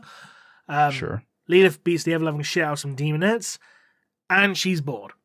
because Ivrain told her, oh, if you join Inari, not only will we stop Slaanesh, but you'll get to fight some really challenging opponents, which was the thing that Lilith was really interested in, is like, challenging opponents, you say? Oh, okay, I'm in. And she's like, yeah, kind of mediocre shit, really, to be honest. And after they beat up all the demons and all that, Lilith says to Ivrain, okay, so what's actually your plan here, considering that, the last Crone Sword has been stolen by Slaanesh, it's in the Palace of Slaanesh, so he can't get it, so he can't do the Crone Sword plan. What the hell are we doing? Because we're just going from world to world, and you say you have a plan, but I don't think you do. You're just can't accept the fact that we failed. Concepts of a plan. Exactly. And Ivrain and Lilith get into a bit of an argument, and the Vizite basically turns around and says, like, oh, watch your tongue to Lilith. And Lilith's like, yeah, remember last time what happened, when me and Ivrain fought? I killed her. Yeah, it was only because of Iniad that she came back to life. But yeah, last time we actually fought, I killed her. So if we were to fight again, I'd probably kill you again. But they just have a bit. Forget. Yeah, they just get very pissy with one another, and no, don't turn off television. Sorry. They get very pissy with one another, and we fade to black, and it cuts to like nighttime. And Lilith's basically doing a patrol through the camp at night. You got the various groups with like their campfire equivalents, like the craft orders have like effectively wraithbone heaters. The Exodites actually have actual campfires and stuff like that. Right. Craft orders, they don't give two shits when Lilith walks past. Drukhari don't give two shits. The Exodites, they see her walk past and they just instinctively clutch their weapons a bit tighter because, as we know, Drukhari like to prey on Exodite worlds. So, the Exodites don't like the Drukhari at all. And she's wandering through the encampment, and she sticks her head in through a tent. Like, the tent doesn't even have a door. It's just like a holographic privacy screen, not even a door. She sticks her head inside the tent, and there's a group of Eldari children playing. Like, they're playing catch with this ball that changes colour whenever they catch it. And she's thinking to herself, like, this is the concept of children is something I'm not familiar with because, as you know, in Drukhari society, most Drukhari aren't naturally born, they're vat-grown. And when they're vat-grown, they're grown to maturation and then released into society. Like, true-born children are very rare in Drukhari society. So, it's just something that's very novel to her, but at the same time she's thinking, it's a bit stupid bringing kids along, isn't it? On this quest to resurrect the god of the dead, or to raise the god of the dead, rather. Not the best idea. No. But the kids are playing catch. One throws the ball, the other one fails to catch it. Lilith catches the ball, and the ball changes colour to black in her hand. Yeah, foreshadowing. I don't know. But, like, the kids are looking at her, like, kind of like shit scared, like, oh, fuck, kind of thing.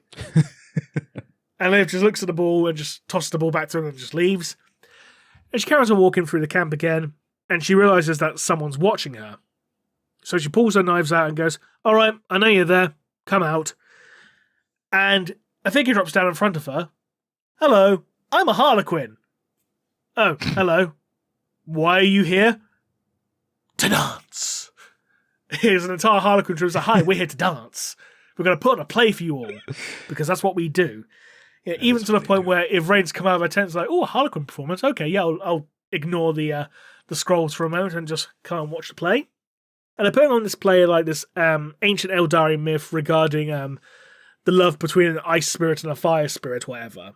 Really old Eldari folklore stuff.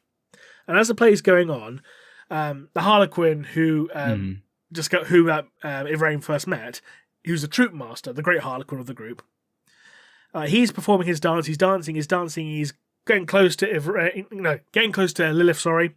Pulls her on stage and attacks her. Lilith's like, defending herself. It's like, why the hell are you attacking me? And the Harlequin's mask shapeshifts to take on the form of Asdrubal Vecht. Very briefly. And it's like, oh, I see what it is. It's an assassination. Okay, bring it on, motherfucker, kind of thing. They're having a fight. And Lilith's like, wow, this guy's almost a challenge. He's good. He's almost a challenge. And they're fighting, but no one else is intervening. None of the Harlequins are, none of the other Inari are intervening. And as they fight, there's a very, very slight opening. Lilith takes it and puts her blade right up to the Harlequin's throat. Music stops. And Harlequin goes, you're a very good dancer. It's like, yeah, did Vex send you to assassinate me? It's like, he wishes. We don't take orders from Vex. No. I showed you Vex Face because you might want to head back to Kimura and check on something because, you two are yin and yang. You are balanced, but balance is out of whack. Just saying. And also, I would appreciate it if you didn't kill me in front of the Harlequins because they would have to kill you as well. But we don't want to have that, do we? No, not at all. So Lilith puts her knives away, the Harlequins fuck off, and Ivrain's like, what did the Harlequin tell you? None of your business, bitch. They get there really catty towards each other. And the next day, Lilith takes the Cult of Strife and fucks off back to Kimura. And one of the witches is like... Of course she does. She does, yeah. And one of the witches is like, yeah, should we really be abandoning, the emissary? It's like, oh yeah, I know you follow the path of Inyad. I just walk beside it. I'm not actually a part of this whole thing. I'm just here for the fights. But she needs you as a bodyguard. She's already got 3 bodyguards. She doesn't need a 4th. Yeah, the 3 bodyguards. The 3 bodyguards being the Vizark, the Incarnate, and Jane Zar. Oh, I was thinking one of them was the cat. No. No. If only. I didn't realise that Jane Zar became Ivrain's bodyguard. That's news to me. Yeah, she's one of the Inari. If you said that 5 minutes ago, then I've just sat that down. So. No. This has been a thing since Gathering Storm that Jane Zar was part of the Inari. I knew she was Inari, but I didn't realise she was the official bodyguard. Yeah, she's effectively the bodyguard of the emissary, essentially, yeah. Fair enough. Yeah. But anyway, Lilith and the Cult of Strife are going back in through Kimura, but, they don't want to bring too much attention to themselves, so they're effectively going through the slums of Kimura, like through the outskirts and the back streets. And as they're travelling through, they're fired upon. And Lilith's like, who the fuck's stupid enough to shoot at me? Oh, well, take us down. We're going to kill some fuckers. They kill a whole bunch of really low-ranking Kabalite warriors. Like, this Cabal is so low-ranking, like, they're basically slumlords. Nothing more. And she, cuts the hands off of the leader and, cuts his belly open and says, right, tell me what I want to know and I'll let you live. And the Kabalite's like, so we had no choice. We had to shoot you. Why? Because he has spies everywhere. He, what you mean Vect? Yeah, because if he found out that we just let you through without trying to stop you, he would have us all killed. Okay, but why do you have to stop us? What's going on? Oh, you haven't heard? What? The alliance between the Cabal of the Blackheart and the Cult of Strife is terminated. Oh dear. To be continued. All right.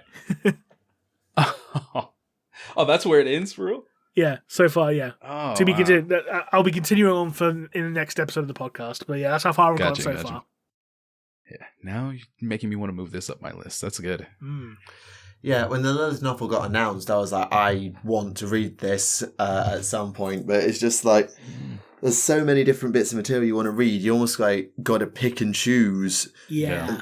Which ones are you going to read and in what order? And especially for us, because we sort of tag team the literature of okay, one reads this, one reads that. It's like, okay, which book am I willing to sacrifice on the altar of Rem's going to get there first so that I can go and read something else so that I've got something to talk about? It's that's why literally last episode we had a conversation about, right, which book do I go and buy next? This one. We literally had a conversation about it. Yeah, it's overwhelming. Sometimes I do wish I had somebody to share this load with, but it's like you said, it's a constant changing of your list and priority and what's coming out and random stuff that are announced and yeah. And I think that's the same with all of Warhammer now. It's not to sound all back in my day about it, but you only had one thing a month to think about coming out realistically. Now you've got new articles and new things coming out nearly every day. Yeah. So it is just cognitive overload of, oh God, right, there's a new edition of Kill Team. Oh, I've got a Kill Team. I could look into that. Oh, but by the way, we're also dropping a Krieg army for Astra Militarum. Get invited about that. Oh, and then, oh, by the way, did you know AOS is doing a brand new faction? And did you know that this? And then, oh, well, I was bringing this back. And it's like, oh my God, just calm down. I can't prioritize what I want to do.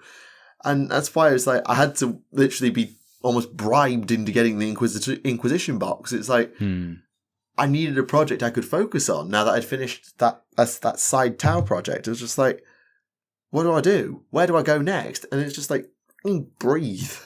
Neve, breathe. Right, given the time, should we do some questions? Sure, I just need to get them up because I've only just got back full agency of my hands. So give me a minute. Yeah, there it is. No, YouTube, I do not want to do a cocking survey. Go away. Right. So these are from the last episode. And there... Oh, there is a question there. I was wondering were there going to be any questions here. Right, okay. I appreciate this might be a difficult one, but what is the best kit bash you've ever seen in person? In person? Ooh. Have to go back in I have time. not seen a lot in person. Yeah, I mean, this might be tricky because some of us have seen a lot of minis and some of us have seen about 12. So, Now, I did put on a kit bash competition, and the one that won that, I saw several pictures of and a video of, but it was Beliscavius Crawl, and it was a Belisarius Call Skaven kit bash. So like a really big tech rat. It was awesome. Shout out to NG Miniatures for that one. yeah, they've actually made a mini of that now. A Belisarius Crawl, as Remleiz nicknamed him, because one of the new Skaven, I think it's the Arch Warlock, basically looks like Belisarius Crawl was a Skaven, but smaller. I remember Best Kit Bash, more of a scratch build more than anything else. It was like Games Day, 1996, I think it was. Or was it 97, sorry. Games Day 97. Battle of Big Tooth River, the Gargant. Have I disconnected again? No, sorry, I was on another tab. Yeah, that is more of a scratch build, but that is insanely impressive. Holy crap. Yeah, it was one of the big displays that I had on display at Games Day. So, and How tall was it? Very tall. I mean, looking at that next to Random Child, the 101 in the back, it's probably at least 3 feet tall. Yeah. Jeez.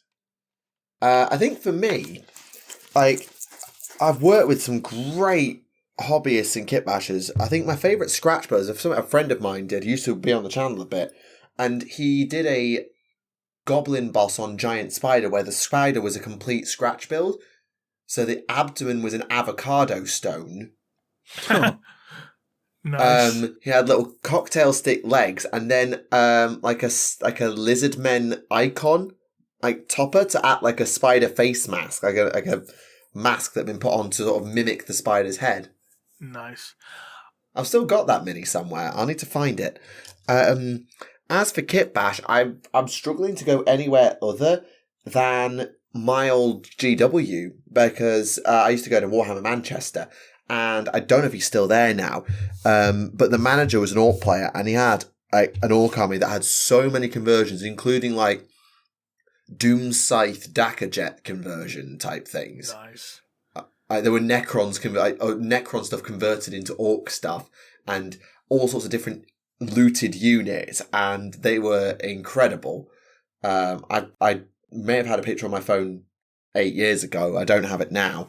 But there was some really, really cool minis in that, and I'm struggling to think of one better off the top of my head. I also need to point out, also from Massacre at Big Tooth River, the scratch-built Baneblade. Bear in mind, this was before Baneblades even had a 40k scale model, because this was second edition 40k. It looks remarkably similar to the actual mini. Yeah. I love the front cannon. That's awesome. It itself was another scratch build. Very impressive. Basically, they used the Epic 40k model as a reference. And basically just upscaled from that. Yeah. And consider the size next to a Chimera. I'm pretty sure it's actually bigger than the actual current Baneblade model. Because I don't think it's that the current models are that big compared to a Chimera, I don't think. Sorry, that's a Hellhound, sorry, but Chimera chassis, so same thing. Yeah, it's Chimera chassis, so yeah, the point still stands. And plus there's like a Lehman Russ next to it as well, so. Yeah, I mean, it's bigger than I think the modern Baneblade mini is, but not by much. Yeah. And that was back when, second edition scale models are actually smaller than they are today anyway, so. Yeah. Something that's made me think about talking about scratch builds is I got hands on a Warhammer Alliance pack for Warhammer Club this year, and it has in the intro book these little mini missions where they've literally like created cardboard cutout, not terrain, but like they've created a battle map and like traced an outline of this is where terrain goes, this is where a tank would go, in order that you can simulate cover without actually having to make any terrain. It just makes me miss like the 4th edition rulebook having a cut and stick fucking cardboard bunker you could make. I miss that. But you know, nostalgia glasses. Okay. That's a tricky one to do because, well, okay, I'll ask it, but I appreciate only two of us I think can answer the question. What is your favourite model you've ever built or painted? I mean, for me, for me, I've got two answers. The first is Magnus the Red, the 30k Magnus the Red, which I've talked about in a recent episode because I put so much time into that mini, trying to get it as near to quality as I could get for a slightly 17-year-old. And I was actually really, really proud of the outcome in terms of what I achieved with that Magnus mini, in terms of quality of paint job. I think the other one that I've always felt really proud of is... Oh, which one was it? I really enjoyed my Marathi mini for a while, and I should say techless, but I botched the wings on Selenar, otherwise it would probably be techless. Actually, no, it's Sigvald. The AOS Sigvald, because sort of same thing. Like, I treated that Slanesh project as a painting project, and I really went to town on making Sigvald look all the levels of preening narcissist that I could. And I was really proud with the outcome. I've done so many crappy and random kit bashes down the years and conversions, and I can't sit here and go, oh yeah, there's one I'm super duper proud of, that conversion in particular. Mind you, I managed to turn an ethereal and a firesight marksman into cadre fireblades, so those were quite tedious but also sort of impressive, so I'll go with those. For me, it would have been my conversion of Lord Mazdamundi, which was using the old 5th edition slam model, but removing the Temple Guard palanquin holders and putting one on Stegodon instead. I've been painting for 6 months, so I haven't painted a ton. But I guess the model that is my favorite that I've done is a Blood Angels Primaris Lieutenant. And the reason I like it is because it's the first time that my gold non-metallic metal actually started looking like metal. Nice. Yeah, NMM is always something I've aspired to, along with object source lighting. Like, those two techniques are two techniques I've always wished I could do, and know I never will. It is rough. Yeah. I bet. And people make it look so easy. I remember, actually, I've gone. I'll say it's even rougher when you try and paint non-metallic metals, but on cloth. Like on a banner to make it look like a gold on a banner kind of thing. Yeah. Yes, that's the exact example I was going to go for, because in the 4th ever edition of White Dwarf I bought was the Space Marine Codex, the Matt Ward one, and in the back was a guide to painting the new Sicarius mini, and they non-metallic metalled his back banner. Oh. And I can't remember who in the heavy metal team it was that painted it now, but I just remember being like, why are you doing that? What the hell is this? I was 12. I barely even knew how to paint fucking basic blue. Never mind in non-metallic gold. Just like with the hourglass you talked about last episode, that was insane. And painting something opaque to make it look like it's transparent. I was bloody hell. Yeah, or when people paint like Tau stealth suits to look like they're in or fading into stealth and invisible. Yeah, man. Some people get those with the clear resin 3D prints, but when people actually paint the plastic minis, they show them in the mid camouflaging state where they're half one colour, half another, and blending the two as it transitions into stealth mode is just... Yeah. One of my there favorites. Are so many sick effects. But yeah, object source lighting. God, I wish I could do object source lighting. Yeah, I've started trying to do it since I got an airbrush, but even then it's not it's a lot of layering. It's a lot of just trying to understand how light works and a lot of looking at reference photos. Yeah, I mean, I'm a bloody physicist, and even I don't want to dare touch it. Right, one more, I think, because there's only like 3 or 4 in here, and one's about talisman, which I know nothing about. I don't know if you two do. I know a little bit. Because they're asking, like, what would you play as in talisman? If we're using any edition of talisman, I would play as the Chainsaw Warrior. Oh, of course. Right, sort of a more open discussion question to finish. What motivates you to stick with Warhammer? Even after all the corporate shtick, the price changes, the law changes, and I quote the question, bad range refreshes, and I also quote, the death of fluff in favour of rules crunch, the other things that have gone on. What makes you stay, or is it just sunk cost fallacy? Spite.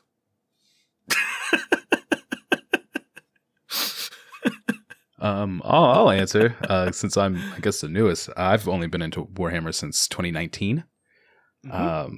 So I feel like I've come in at a point where all of this stuff is kind of a lot of the bigger stuff has already happened, except maybe female custodies. And so everything is very novel to me. But what keeps me like here is I really love this story. I also love, honestly, a challenge. I am trying to read as many Warhammer books as I can. When I first started, I was like, I'm just going to read the Horus Heresy. And I ended up reading the whole thing in like a little over a year. And so I think that kind of combination of novelty with my own stubbornness is what's keeping me here. Yeah, it's weird that... I can respect that. Yeah, it's odd that both of you have always gone, spite and stubbornness have both been the first things that have been said. I think to take a more positive perspective is I know the difference that Warhammer makes to people because I've seen it. Like, as a student, Warhammer and this channel gave me the outlet to share my passion for a hobby that I really had enjoyed since I was a 12-year-old, and I'd made a lot of friends through it because I was the stereotypical Warhammer kid, the shy, nerdy, quiet kid in the corner who was, not particularly popular, but also very much the academic nerd, maths nerd in the corner. And Warhammer Club gave me a group of friends and an outlet. And then this channel gave me a much wider outlet. And it helped me to communicate. It helped me with my planning and my other skills, and it helped make me the speaker that I am today, to the point that I don't think I would have become a teacher if I didn't have the baseline communication skills that I learned through playing and then talking about Warhammer. And I know from my pupils that there are some people who genuinely, this hobby is their main outlet and is something that they really have clutched onto and changed massively as well in a really positive way. They've come out of their shell. They're a lot more open. They're a lot more easygoing, and they always have the hobby to go back to. And I always feel like I can give Warhammer credit for that. Like, yeah, okay, that comes down to how they were taught and how they were trained and what they got to experience. But at the same root, the hobby's there. And I'm sure there are other hobbies that can do that. There must be. But I've seen it done with Warhammer. It's happened to me, and I've seen it happen to others. And even if we don't agree with every single retcon, and we don't think every mini absolutely slaps, and we think it's too expensive, it's also at a point where it's never been more accessible. And I know that's partly because it's tried to go mainstream, but it's such a fun and engaging hobby that it trains your social skills, it trains your literacy skills, it trains your risk management skills. Like, as an educator, get kids playing Warhammer. Like, that's not me exaggerating for effect, because I can. Genuinely, the amount of skills it trains and the social aspect of taking people who have struggled with it, like myself, and turn them into people like I am now. who can communicate with random people on the internet for 2 hours at a time and spends 20 hours of her week stood in front of teenagers talking to them about, well, admittedly something else entirely, but the core skills are still there. Plus, Warhammer has always been therapy. To me, Warhammer has always been therapy. It's been something you can do where you can turn your brain off and watch a lore video or paint some minis or roll some dice and activate the serotonin in your brain and just get enjoyment out of what you're doing. You don't have to think about it. You can just stop and just focus 100% on hobby. Whatever you're doing in the said hobby, whether it's reading, painting, building, gaming, it is so therapeutic, and I would never want to shy away from giving other people the opportunity to explore it. Granted, I would tell them not to spend any money, and I would give them other resources to help them do it, but if you just play Combat Patrol, you buy one box, one clippers, one glue, and if you don't care about painting, you never need to spend another penny. You can play Warhammer for the rest of time until they get rid of Combat Patrol, because the rules are free. So, yeah, that's why for me. Also, I think there is a little bit of sunk cost fallacy and spite, but sure.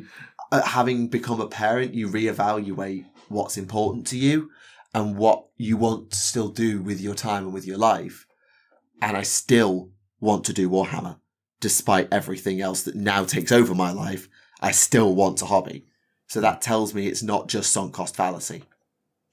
Yeah. Well, first of all, I didn't know you were a teacher. I just actually came out of 7 years in education. So we'll have to talk about that later. But as the educatee or the educator? As an educator. Fair.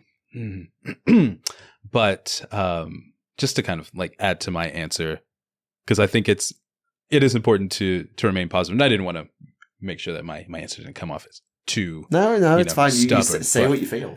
No, but to be honest, I do think it teaches a lot of skills. It really does have a really strong social component to it. And what I wanted to add to my answer was what keeps me here is definitely my community too. Right? Like the community I've built, it really does like warm my heart when I look over in Discord. There's a bunch of people who have like come together in this and are friends now and are, playing video games and sharing their lives with each other on a daily basis. Like, I love that. And I'm glad that like Warhammer has been like the medium for that. And that I've been able to kind of bring these people together who are awesome people, in their own ways, who love a singular thing, also in different ways. That is okay, as long as they're not being bigoted. And I think it's been fantastic. A fantastic aspect of being in Warhammer. Yeah, I never underestimate the power of a good community, whether that be local or online. And given the time, ladies and gentlemen, we should call it there for this evening. So, thank you very much to everyone who tuned in for this episode. We hope you enjoyed it. And thank you very much to HoodGuard for joining us this episode. Yeah, thank you all for having me. You're welcome. Thank you for coming on. It's been a pleasure. And sorry, as usual, for the janky audio, random jump outs and whatever else. And that's primarily to Remleiz because he's got to edit it all out. But yes, thank you very much. And sorry for all the rambling about White Warhammer Plus as well. I know we rag on it a lot, but it really does deserve it. And I stand by that. I will stand by that till I'm blue in the face. Yeah.